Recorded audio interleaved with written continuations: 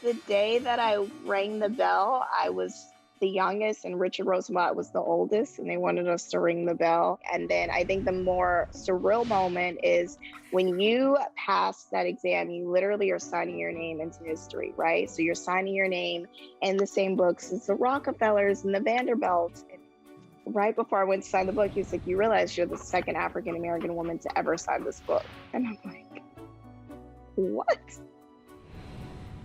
Like it was insane. It was bittersweet. Like I was happy for me and like my family, but I was also thinking, wow, we haven't come further than this. Crazy.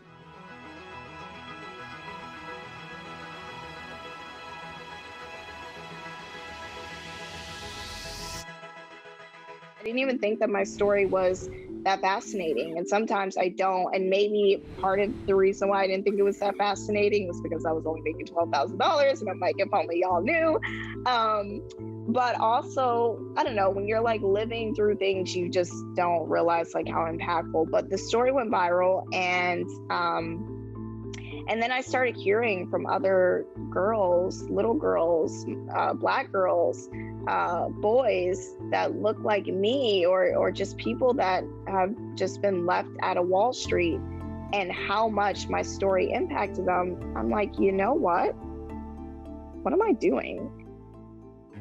Like, I thoroughly am grateful for my time at the New York Stock Exchange and all of it. But I was also thinking, like, what can I do? What can I do more? And that is, you know, when I decided to make the pivot and say, like, I'm going to bet on Lauren. I'm going to build my own financial empire. And I'm going to make sure that this financial empire is building generational wealth, but also creating a seat at the table for people who look like me.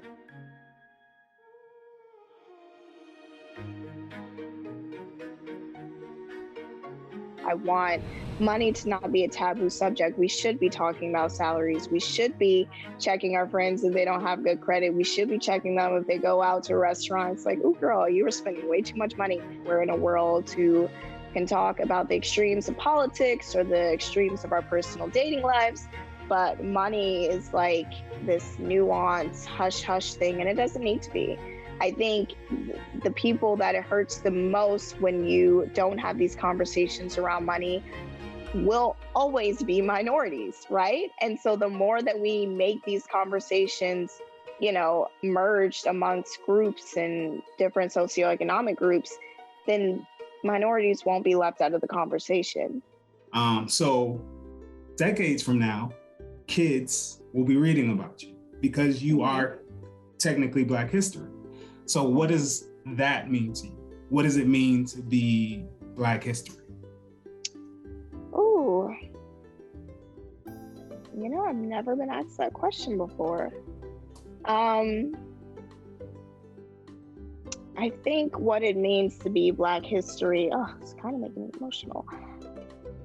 We, as African Americans here in America, have had such beautiful stories.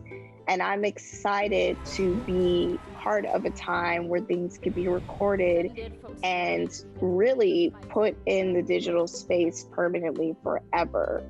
And we don't have to go 50 years from now wondering, whoever worked on Wall Street, or who was in banking, or who did this and who did that.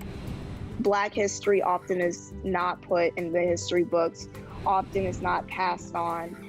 And we have had a really great moment. So for me to be in the time that I am, and for it to be permanent, and for it to forever be passed down, we can actually start moving forward, creating generational wealth, creating these positive memories, creating these conversations that will really, really empower and change what it means to be an African American here in the US.